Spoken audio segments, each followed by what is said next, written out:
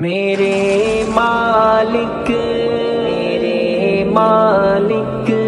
رحم فرما رحم کر دے۔ بسم اللہ الرحمن الرحیم۔ نحمده ونصلی علی رسولہ الکریم، اما بعد۔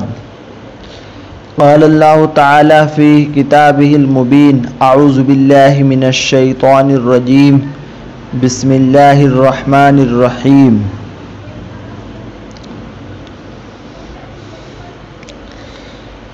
اللہ تبارک و تعالی کا بہت بڑا احسان کہ اس نے ہم سب کو آج اس بابرکت بات کو سننے کی توفیق عطا فرمائی اور دین کی باتیں سننے کی توفیق عطا فرمائی۔ تو آج وعظ اور تقریر سننے سے ہماری غرض اور ہمارا مقصد کیا ہونا چاہیے، کیونکہ نیت کے ہی مطابق ثمرات و مرتب ہوتے ہیں۔ سرکار دو عالم صلی اللہ علیہ وسلم نے ارشاد فرمایا، انما الاعمال بالنیات، کہ عملوں کا دار و مدار نیتوں پر ہے۔ آج ہم صرف اپنے نفس کی اصلاح کے بارے میں غور کریں۔ آج ہم اپنے اوپر نظر ڈالیں اور اپنے گریبان میں منہ ڈال کر سوچیں کہ قرآن کریم ہم سے کیا کہہ رہا ہے اور حدیث ہم سے کیا کہنا چاہتی ہے۔ رسول اللہ صلی اللہ علیہ وسلم کا کیا فرمان ہے۔ مجلس میں یہ نہ دیکھے کہ کس کا لڑکا ہے جو تقریر کر رہا ہے، کون اچھی تقریر کرتا ہے اور کس لڑکے کا طرز ٹھیک ہے، کس کی آواز سریلی ہے۔ نہیں، ہرگز نہ دیکھے۔ ہماری تو یہ نیت ہونی چاہیے کہ بلکہ آپ اس کی باتوں پر غور کریں اور اس کے کلمے پر دماغ حاضر کرے کہ بیان کرنے والا قرآن اور حدیث کے مطابق بیان کر رہا ہے یا نہیں۔ بڑوں کا قول ہے، انظر الی ما قال ولا تنظر الی من قال، کہ کہنے والے کو نہیں دیکھنا چاہیے بلکہ جو بات کہہ رہا ہے اس کو بغور سننا چاہیے۔ یہ نہ دیکھے تقریر کرنے والا چھوٹا ہے یا بڑا، آپ اس کے عیوب پر غور نہ کریں، خواہ وہ نیک ہو یا برا، اس پر خود عمل کر رہا ہے یا نہیں۔ آپ اپنے اوپر غور کریں کہ ہم میں کیا خامیاں ہیں، کیا عیوب ہے، کہیں ہم سے قرآن تو نہیں چھوٹ رہا ہے، حدیث تو نہیں ترک ہو رہی ہے۔ جب آپ اپنے عیوب پر غور کریں گے تب ہی انشاءاللہ آپ اپنے نفس کی اصلاح کر سکتے ہیں۔ اب میں اپنے مقصد کی طرف جانا چاہتا ہوں۔ اللہ تعالی انسانوں کو تاکید فرما رہا ہے کہ تم اپنے پیدا کرنے والے اور اپنے پالنے والے اور پرورش کرنے والوں کی بندگی اور فرما برداری اور اطاعت کیا کرو۔ پھر آگے ارشاد فرمایا، وَبِالْوَالِدَيْنِ إِحْسَانًا، اور اپنے ماں باپ کے ساتھ اچھا سلوک کرو۔ بہت سی آیتوں میں اللہ تعالیٰ نے اپنے حقوق کے ساتھ والدین کے حقوق کا ذکر فرمایا اور آگے ارشاد ہے، اِمَّا يَبْلُغَنَّ عِنْدَكَ الْكِبْرَ أَحَدُهُمَا أَوْ كِلَاهُمَا فَلَا تَقُل لَّهُمَا أُفٍّ وَلَا تَنْهَرْهُمَا وَقُل لَّهُمَا قَوْلًا كَرِيمًا، اور اگر تیرے سامنے یہ دونوں ماں باپ یا ان میں سے کوئی ایک بڑھاپے کو پہنچ جائے اور تو انہیں کبھی اف بھی مت کہنا اور نہ کبھی انہیں جھڑکنا، اور ان سے خوب ادب و احترام سے گفتگو کرنا اور ان کے سامنے شفقت و انکساری کے ساتھ جھکے رہنا اور ان کے لیے دعا کرتے رہنا۔ رب ارحمہما کما ربینی صغیرا، اے میرے پروردگار ان دونوں پر رحمت نازل فرما جیسے کہ ان دونوں نے مجھے بچپنے میں پالا۔ پرورش کی قرآن کریم میں ایک جگہ اللہ تعالیٰ نے فرمایا،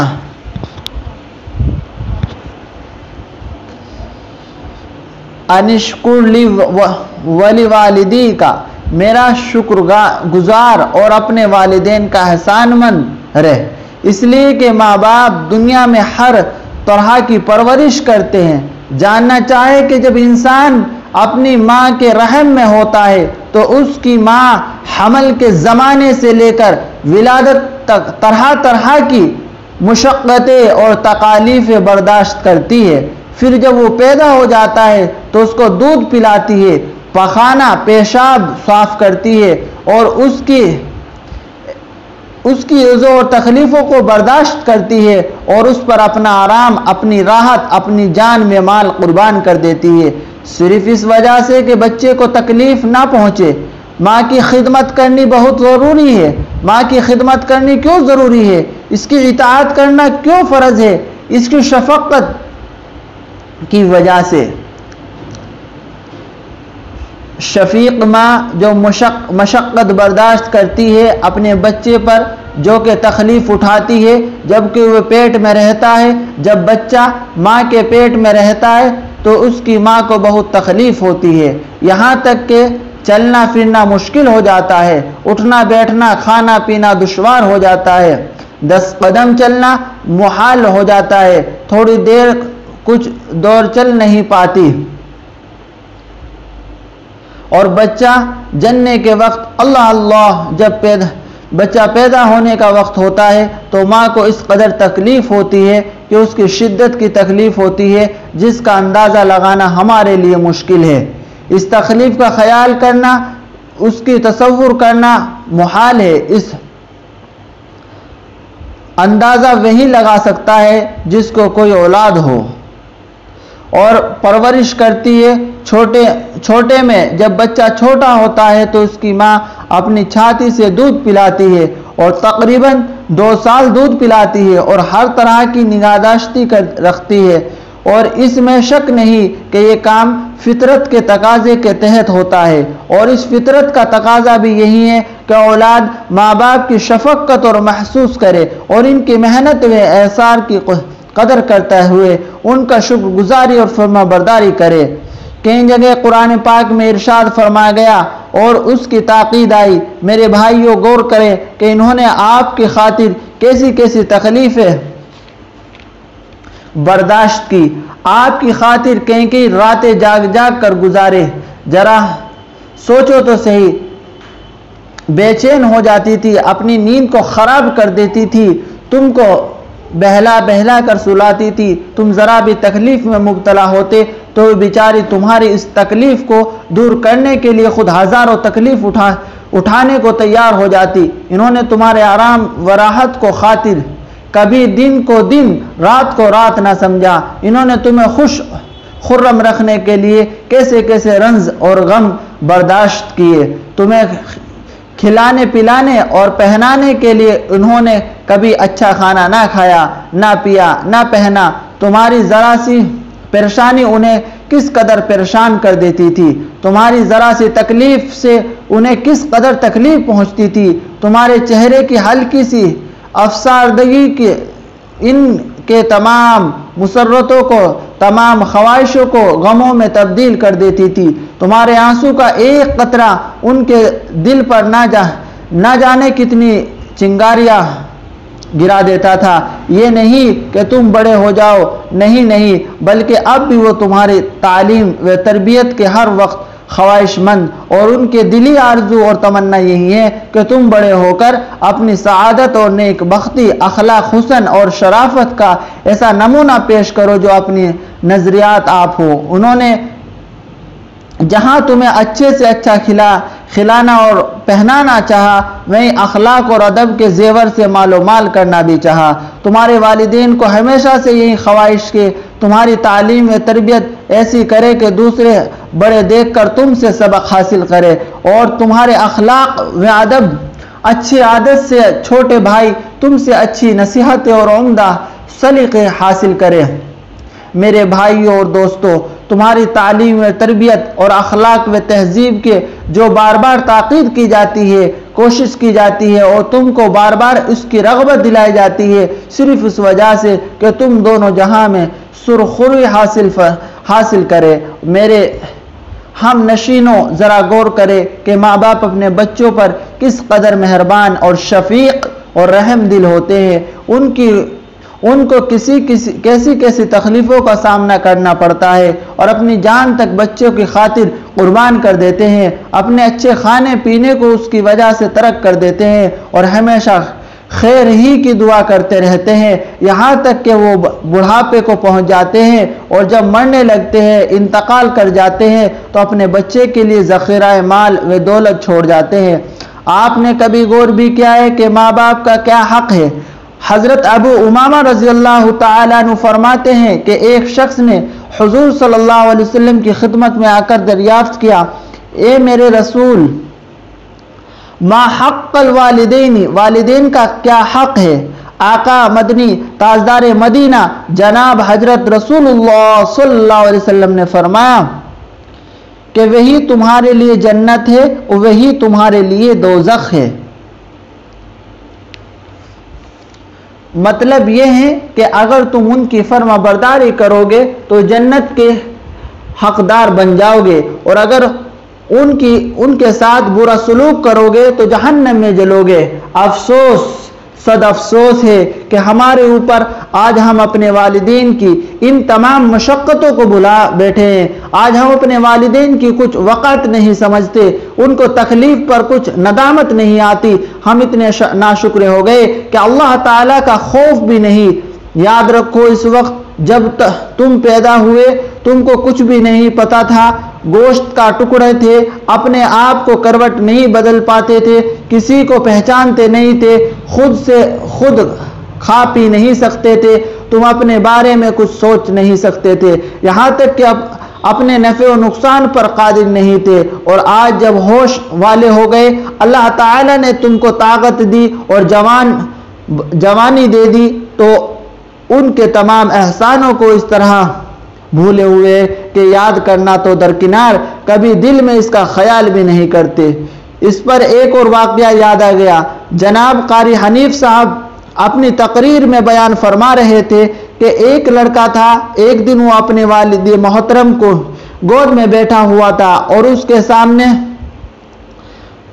ٹیوب ویل پر ایک کوا بیٹھا ہوا تھا، اور وہ بچہ اپنے والد صاحب سے پوچھتا تھا کہ ابا جان ٹیوب ویل پر کیا ہے؟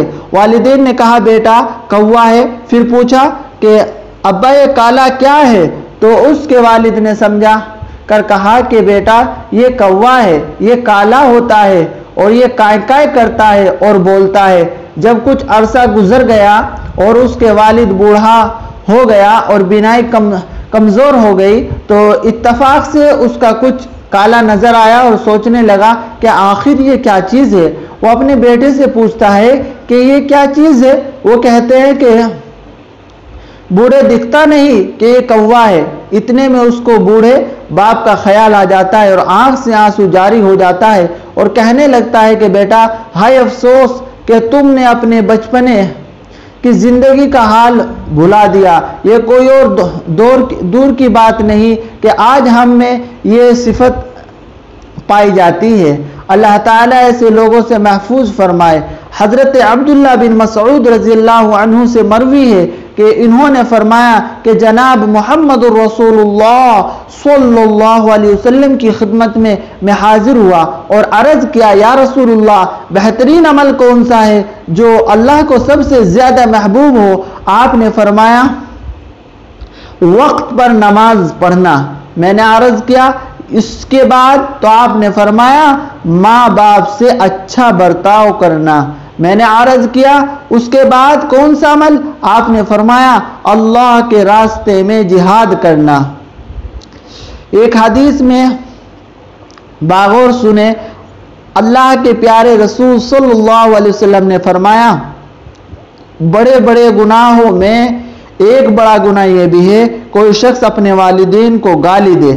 صحابہ کرام رضی اللہ تعالیٰ عنہ نے عرض کیا یا رسول اللہ یہ کیسے ممکن ہو سکتا ہے کہ کوئی شخص اپنے والدین کو گالی دے؟ حضور صلی اللہ علیہ وسلم نے فرمایا کہ دوسروں کے ماں باپ کو گالی دینا ایسا ہی ہے جیسے اپنے ماں باپ کو گالی دے، کیونکہ جب دوسرے ماں باپ کو گالی دو گے تو یقیناً وہ بدلے میں تمہیں بھی تمہارے ماں باپ کو بھی برا بھلا کہے گا۔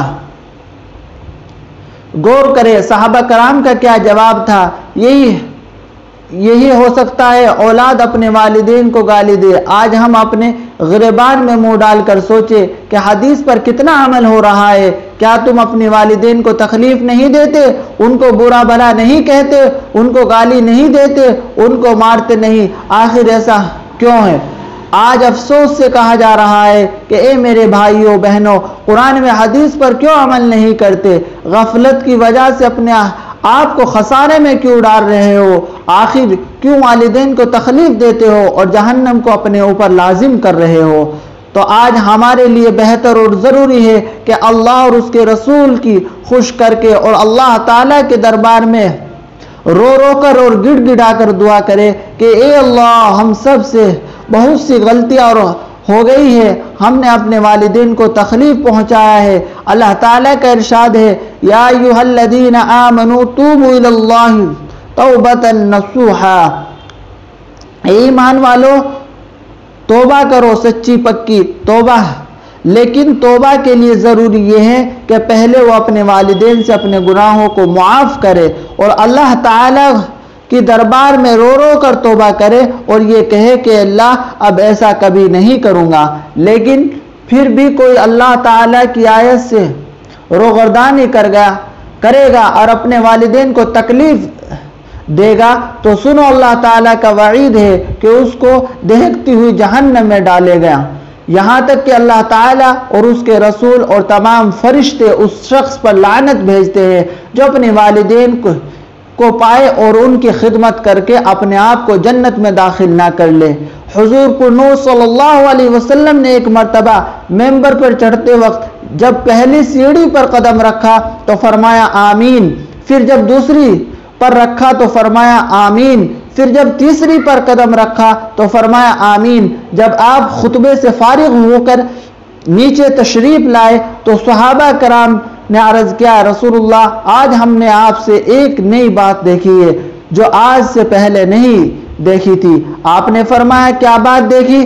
صحابہ نے عرض کیا، آج آپ نے خلاف معمول ممبر پہ چڑھتے وقت سیڑھی پر آمین کہا۔ تو آپ نے فرمایا کہ ہاں، اس وقت حضرت جبریل علیہ السلام میرے پاس آئے تھے۔ جب میں نے پہلی سیڑھی پر قدم رکھا تو جبریل علیہ السلام نے فرمایا، ہلاک ہو شخص جس نے رمضان کا مبارک مہینہ پایا اور پھر اس کی مغفرت نہیں ہوئی۔ میں نے کہا آمین۔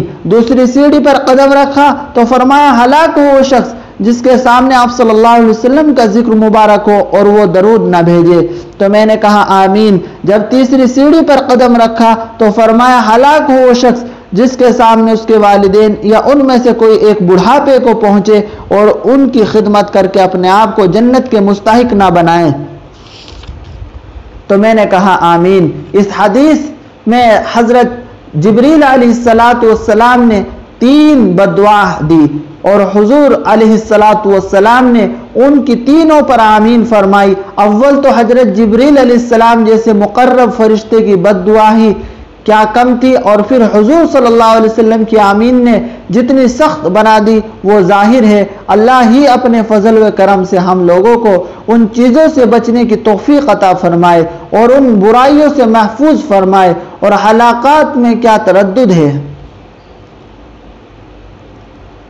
ترمذی شریف کی روایت میں ہے کہ نبی کریم صلی اللہ علیہ وسلم نے فرمایا، خدا کی رضامندی ماں باپ کی رضامندی میں ہے اور اللہ کی ناراضگی والدین کی ناراضگی میں ہے۔ جس سے ماں باپ خوش ہے اس سے اللہ بھی خوش ہے، اور جس سے ماں باپ ناراض ہے اس سے اللہ بھی ناراض ہے۔ ایک حدیث میں ہے کہ ہر گناہ کا بدلے عذاب اور جرم اور گرفت مؤخر کیا جا سکتا ہے، لیکن ماں باپ کی نافرمانی کرنے والے کا عذاب ایسا سخت ہے کہ اس کا مؤاخذہ، اس کی پکڑ مرنے سے پہلے بھی کی جاتی ہے۔ اس طرح ایک دوسری حدیث میں ذکر کیا گیا ہے کہ علقمہ رضی اللہ عنہ نامی ایک صحابی گزرے جو نماز روزے کے بہت پابند تھے۔ جب ان کا انتقال کا وقت قریب آیا تو ان کے منہ سے باوجود تلقین کے کلمہ شہادت جاری نہ ہو رہا تھا۔ حضرت علقمہ کی بیوی نے رسول اللہ صلی اللہ علیہ وسلم کی خدمت میں ایک آدمی بھیج کر اس واقعے کی اطلاع کری تو آپ صلی اللہ علیہ وسلم نے فرمایا کہ علقمہ کے والدین زندہ ہے یا نہیں، تو معلوم ہوا کہ صرف والدہ باحیات ہے۔ وہ علقمہ رضی اللہ عنہ سے ناراض ہے۔ آپ نے علقمہ رضی اللہ عنہ کو والدہ کو اطلاع دلائی کہ میں تم سے ملاقات کرنا چاہتا ہوں، تم میرے پاس آتی ہو یا میں خود تمہارے پاس آؤں؟ علقمہ رضی اللہ عنہ کی بوڑھی ماں عرض کیا کہ یا رسول اللہ، میرے ماں باپ آپ پر قربان، میں آپ صلی اللہ علیہ وسلم کو تکلیف دینا نہیں چاہتی ہوں، بلکہ میں خود ہی حاضر ہوتی ہوں۔